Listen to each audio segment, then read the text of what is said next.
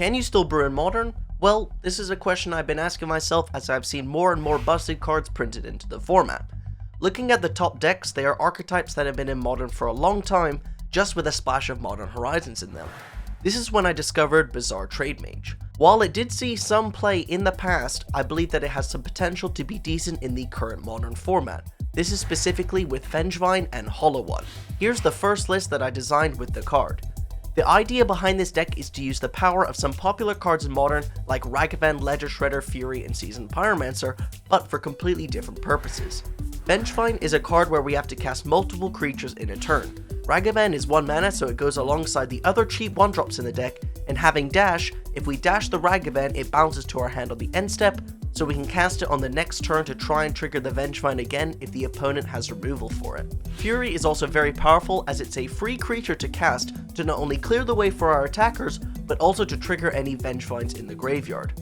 All the other discard in the deck is to not only dump the Vengevines, but to also reduce the cost of Hollow One, and to get even more value from our discards, we have the Root Walla. This is by no means the perfect design for Hollowvine, so if you have any suggestions then let me know in the comment section down below, and while you're there don't forget to like and subscribe if you enjoy this type of content.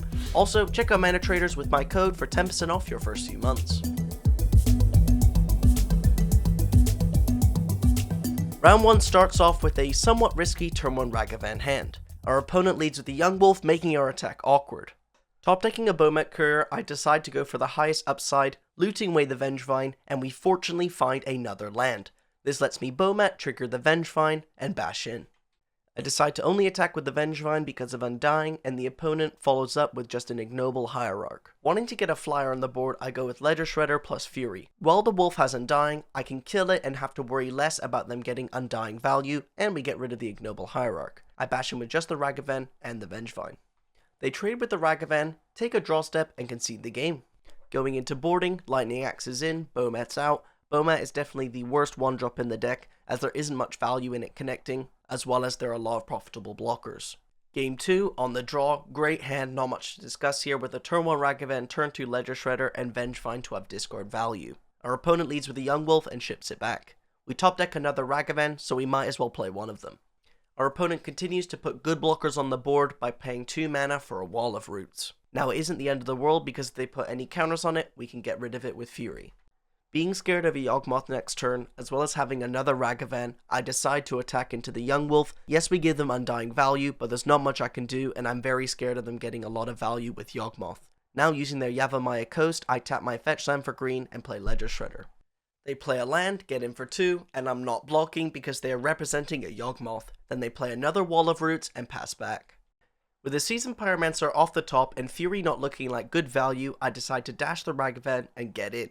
Wall of Roots gets in the way, and I just pass back the turn. I don't want to waste my Fury. While I do get a Connive, it's not great because then I can't cast any other creatures in my hand. I'm just hoping to draw a land so that I can Seasoned Pyromancer plus Fury next turn. The opponent clearly kept a handful of blockers as they just cast Geralf's Messenger, get in for 2, and pass back. But it's also important to see that they have 3 mana up, clearly representing something like Endurance. With the Ledger Shredder off the top, it's time to start conniving. I cast the first Ledger Shredder, and then the Fury, so we get to connive twice. The first one finds a Blazing Root Walla, which is a free 1/1 that we can put into play, and the next connive finds another Fury, which is perfect for the next turn. I get rid of the Vengevine, and pass, looking to block. They get in with the Geralf's Messenger, I block with everything. They play another Wall of Roots and pass the turn, clearly on a very slow draw. With the opponent constantly holding up mana, I 100% put them on Endurance, so I just attack with my Ledger Shredder, play the other Ledger Shredder, say go, and they draw a card on my end step. They play their land, play a Strangleroot Geist, and just pass back. Top decking a Mountain, I want to put more flyers into play, so I go for Bizarre Trade Mage over Seasoned Pyromancer, as the 1/1s are never gonna get through. We then discard 2 lands in the Seasoned Pyromancer and cast the Fury, letting us connive twice. Now the opponent has Endurance in response, but this is with Fury on the stack as they need to respond to the Vengevine trigger, meaning once the Fury resolves, I can actually kill the Endurance. Finding a Blazing Root Walla is a nice freebie, but it's just never getting through. What's good is our Ledger Shredder's got 2 counters and we can now bash in with 3 flyers on the board. They have a Birds of Paradise and we top deck an uncastable Lightning Axe, so we just gotta bash in, they chump, take a draw step, and scoop the game. Pretty cool match. In my next round, I forgot to record the first mulligan. but we keep a decent Fury hand on the draw. Our opponent leads with a Swift Sphere and attacks, clearly being on burn, so we have to play our Neonate and say go. Our opponent instantly attacks with the Swift Sphere. While it is most likely burn, there is a potential chance that they're on prowess, meaning that they could play something like light up the stage, so I'm gonna block and loot away one of the Furies. Unfortunately, we draw a Vengevine, but our opponent misses their land drop. We find a third land, which is great, so I'm just gonna use that to fetch a tap land. They end up finding their second land, they get in for one, and they play a post-combat Eidolon. This is looking great for our Fury, so we get our second red source for the Seasoned Pyromancer, but I end up changing my mind on what I want to cast. I go for Bizarre Trade Mate because it's a bigger creature and we need this second red card for the Fury. I end up keeping Ragavan, Fury, and Seasoned Pyromancer in hand with the intention to pitch Ragavan to Fury so that we can Seasoned Pyromancer next turn to fuel up our hand again. Our opponent just suspends Rift Bolt, bolts our Vengevine in combat, and after this we just don't have enough pressure to close off the game.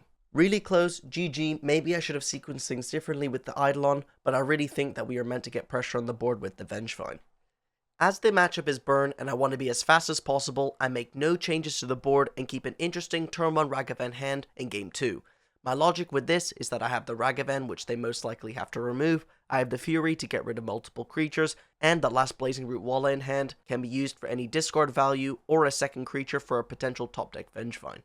The opponent just land goes, we top deck a Ledger Shredder, so let's bash in. Somehow the Ragavan connects and we hit a Lava Spike. Now we can play our Ledger Shredder, cast the Lava Spike, connive, and put one of the Root Wallas into play. What a sick turn. They have Path to Exile on the Ledger Shredder on our end step, and then they untap, play their land, play a Searing Blaze to kill the Ragavan. As I want to build up the board, I decide to go for Seasoned Pyromancer to get some madness value, and we manage to top deck a Hollow One, making our board even wider. Now we've only discarded 2 cards, so it does actually cost 1 mana, but that's okay, let's bash in for 1 and see if they can handle this board.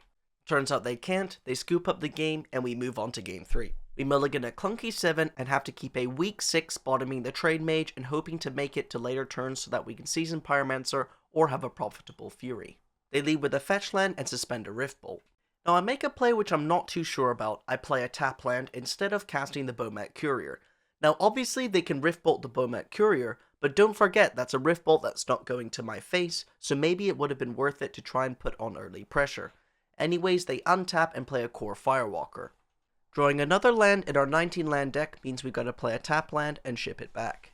Our opponent just gets in for 2 and says go again. Top decking a Neonate lets us Vengevine this turn. We can Neonate, discard the Vengevine, then cast the Bomat Courier, which puts the Vengevine into play. However, they have a Deflecting Palm to deal us 4 damage. Interesting choice of sideboarding.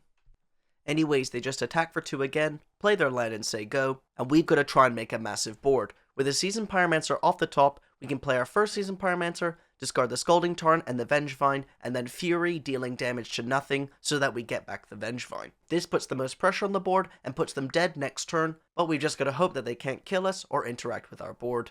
It's a lot to ask for. It's not our day, the burn player has it, sometimes burn just gets you. Those were 3 really close fun games. Round 3, we had a really cool turn where we managed to get a turn 3 Vengevine with a Dash Ragavan, bashing in for a load of damage, but like any deck, we sadly just got destroyed by the Archon. In game 2, we managed to beat a Leyline of the Void though, by stealing a Prismari command with a Ragavan, looting 2 and creating a treasure, allowing us to play Hollow One for 1 mana, and because they had no removal spells, we just overran the board. However, game 3, classic creativity, creativity us really quickly, and we lost. Overall, I really enjoyed the deck, and I think it does need some tuning, so if you have any cards that you think needs to be in the deck, let me know in the comment section down below. That's about it, check out this video, because YouTube thinks you'll like it.